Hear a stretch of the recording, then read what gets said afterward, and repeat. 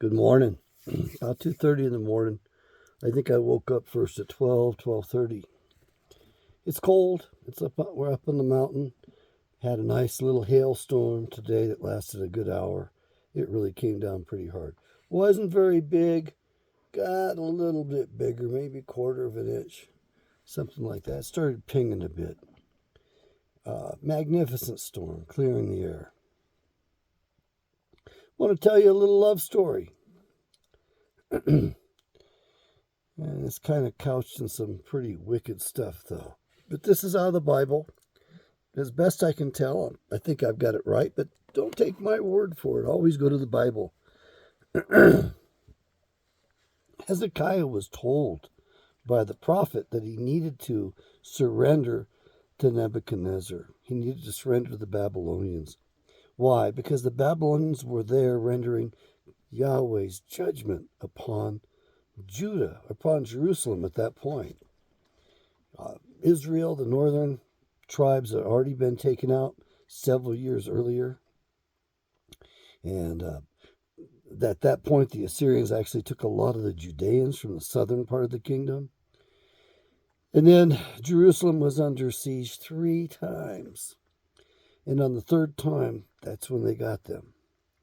And even Nebuchadnezzar's emissary went to Jerusalem, stood outside the walls, and spoke in perfect Hebrew to Hezekiah in front of the people. Hezekiah didn't like it very much. He says, don't talk in Hebrew, talk in this other language or something, so the people wouldn't understand. But the emissary insisted on letting them know what the terror was going to be like in the city as they laid siege to it, because they wanted them to surrender.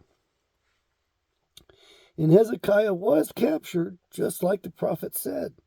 And his sons were killed in front of his eyes, just like the prophet warned him about. And then he was blinded. They put his eyes out. So the last thing he got to see was the crown princes being put to death. However, there were 2 crown princesses. He had 2 daughters. They were heirs to the throne. And remember, the saying was that David shall forever have a man on the throne. Well, in this case, the daughters. It fell to his daughters. And the daughters were taken with Jeremiah. He kept the princesses. And if you remember right, one of the Israelite captains took Jeremiah and took the other Israelites forcibly down to Egypt, even though Jeremiah had warned them that they would die there. And Jeremiah didn't want to go there. So eventually Jeremiah was freed up, and he took the crown princesses, the 2 girls, with him. And he went back to Jerusalem. From there, it is said he picked up copies of the scriptures, the genealogies, the pillow stone, David's musical instruments, and the pillow stone. The pillow stone is kind of an interesting thing because it appears it goes 2 different directions in the Bible. It appears it serves 2 different functions, as a matter of fact, which makes it even more mysterious. So Jeremiah got on a ship of Tarshish, a deep sea vessel, and sailed with the crown princesses and all of these things belonging to David, through into the Mediterranean. Then the first place they stopped at was Spain. And there, Jeremiah married off the younger of the 2 princesses to an Israelite who was already in dispersion in Spain. And so they landed there in Spain on the coast. He married her off to this particular Israelite. And the people that he married her off to knew where they came from and had kept very good records. And they also had a particular characteristic about them. I believe this was the group that would not go to war against their brothers. So rather than fight fellow Israelites, they'd pick up and leave. You might think, well, that's kind of cowardice. No, it was actually a doggone wise thing to do. So they were noted for, we're not fighting against our Israelite brothers. And if you read the Bible, you know that everybody ganged up on Benjamin, and Benjamin almost disappeared at one point in time. In case you're wondering what happened to the tribe of Benjamin, it is Iceland. Iceland are the remnants of the tribe of Benjamin. And if you go there, well, I'd love to go there someday and look at the volcanoes, but I understand that there's a lot of beautiful women there and that they don't have enough husbands there. Interesting. But if you read the Bible, you'll see the story about the Benjamites, and you'll realize that imbalance in the availability of husbands and wives is not that unusual for them. It's part of their history, as a matter of fact. So Jeremiah married off Skoda, the Princess Skoda, to an Israelite in dispersion in Spain. They later migrated up from Spain up to Scotland. They became known as the Scots from Princess Skoda. And this is the one, a Treaty of Aberoth, I believe it was called. The Treaty of Aberoth is a document in which the people of Scotland petition the Pope to be recognized as an independent nation, and they trace their roots all the way back to northern Israel. So we have written records the Scottish are descendants of the northern house of Israel. And of course, Judah, because Skoda was a descendant of the tribe of Judah. So Jeremiah gets back on the ship, and he's got one more crown princess. This is the eldest daughter. This is the one that inherits the crown. And he sails through the Straits of Gibraltar, past the rocks, out of the Mediterranean, and the boat, the deep sea ship of Tarshish, goes up and to the northern coast of Ireland. And I know you've probably heard the story about Jeremiah chasing out the snakes of Ireland. Well, he certainly was noted for that, and that's how this story got started, as a matter of fact. Okay. I'm trying to watch our time. I want to keep it down under 12 minutes for sure. So he lands on the northern coast of Ireland. There's an Israelite in dispersion up there. Only this Israelite's got some peculiar facets about him. I'm trying to remember his name. I've never heard it said, and it's one of those that's hard to read. I want to say Ecodad. He had an unusual kind of name with several vowels in it. And remember, vowels weren't available in Paleo-Hebrew, so that was kind of a novelty. But Ecodad fell in love with the crown princess, and he wanted to marry Tamar. Tamar, just like her previous ancestor, Tamar, who sat dressed as a shrine prostitute at the intersection where she knew Judah, her father-in-law, was going to travel through, so she could seduce him so that she would be able to have a child. And she ended up having twins, Zerah and Pharez. Well, that boy up in Northern Ireland was a descendant of Zerah. And you see, the crown princess, she was a descendant of Pharez. Pharez meaning breach, Zerah meaning seed.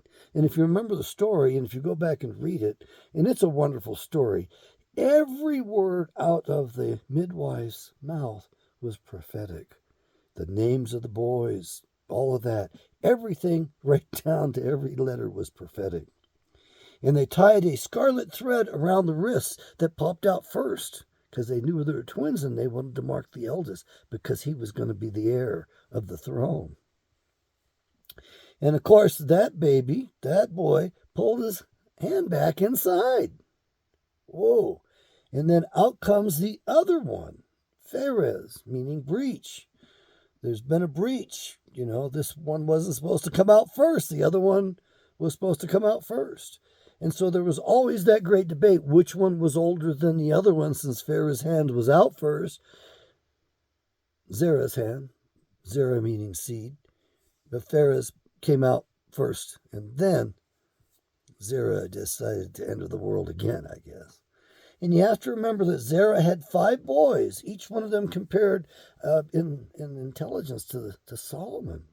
Very intelligent boys. And they left the promised land before the sojourn into Egypt. That's right, they weren't listed among those going down to Egypt. They didn't go there. They were already in dispersion. They founded other cities too. City of Troy was one of those. But the boys really got around. And then if we read in the prophet Ezekiel, which Ezekiel was a weird dude, mind you. I mean, some of his symbolism is really straight ahead and simple, and others of it is like, what the heck is he talking about? Wheels going in directions, eyes, and all of that. Well, Ezekiel wrote about the great prophet Jeremiah. He says, the great eagle plucks off the tendermost bough, the top twig of the tree of the great cedar, meaning the crown princess, because the gender of the word used for the twig was female. So he plucks off that top bough, the inheritor of the throne, and transports it. He transports it to Northern Ireland, where the high branch of Phares, to that point in time in history, Phares, David was the king from the line of Phares, and Yahshua, the Messiah, who you like to call Jesus Christ, was also from the line of Phares. Well, that high branch, meaning the crown princess, became low, and the low branch, meaning the seed of Zerah, became high. He became the king. And that was the first of 3 turnovers. There were turnover, Ezekiel writes. And the second turnover of the crown was when the crown went to Scotland. And you had I believe it was a queen enthroned. Maybe it was a king. And the third turnover was when the crown went to England. And by the way, they were all coronated on the stone, the pillow stone. You know, the one that, what's his name, slept on, put his head on at night, dreamt about a stairway to heaven, had visions. That pillow stone, the one they hauled around the desert with them for years, that pillow stone. And so, the 3 turnovers, and you have a love story, and you have the low branch from Zerah finally becoming high, and the high branch from Phares becoming low. Thought you might like that. I love telling that story, especially to the boys out of Africa. I mean, those young men that come from Africa, so dark-skinned and dress so nicely and speak so impeccably, wonderfully. I mean, they make me look like a lowlife. I mean, they dress better than I do. Their behavior is better than mine, and their language is superior. And they read the Bible. And I love telling a couple of those fellows in the tire rack years ago that story. It was a story I could share with them, and they loved it because they were believers. You know, we're supposed to bless the rest of humanity.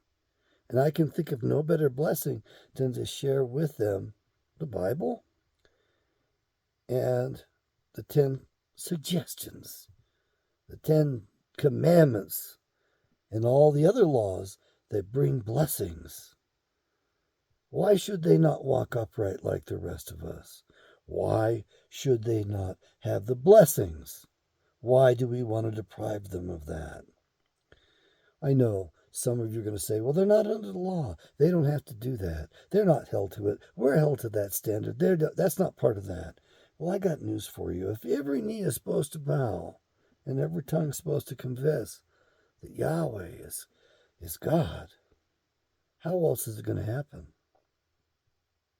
No, we don't keep this to ourselves. We share this Bible with the world.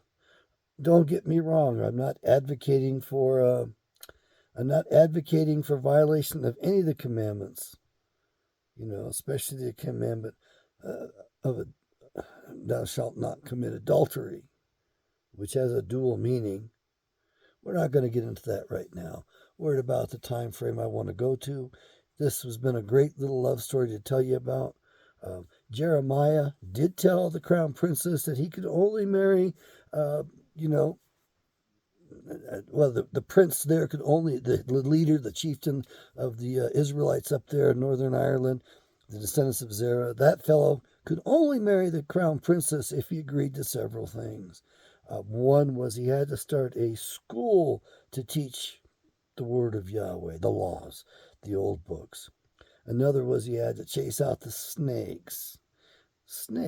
Chase out the snakes of Ireland. That was referring to the people that were teaching and preaching and worshiping other gods, the bad guys. So he had to stop that as well. And there was one other requirement that I can't quite recall right now. But there are myths about Jeremiah in Ireland, and it turns out they're quite true. He chased out the snakes. He brought the crown princess there. He married her off. He brought the other artifacts up there. Then, oh, I got to tell you this. Then he set sail for what was called back then the wilderness. And we believe he took the Ark of the Covenant with him. And we believe he came over here to America and sailed up the Mississippi River, which was a navigable waterway that Solomon used because Solomon mined gold and copper around our Great Lakes. And also, some of those Indians in the middle of our country, the Cherokee, one other group I can't recall offhand, a lesser tribe, were descendants of Israelites. You see, the Israelites got cut off and left here, and they were assimilated into the tribes.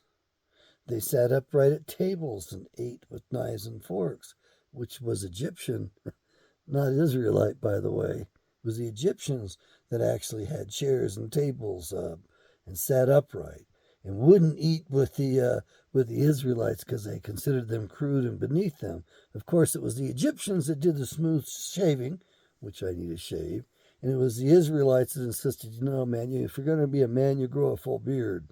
And not having a full beard is a humiliation. That's part of the man. Okay. And we believe Jeremiah took the Ark of the Covenant and hid it in Arkansas. Kansas, for some of you, north of Arkansas.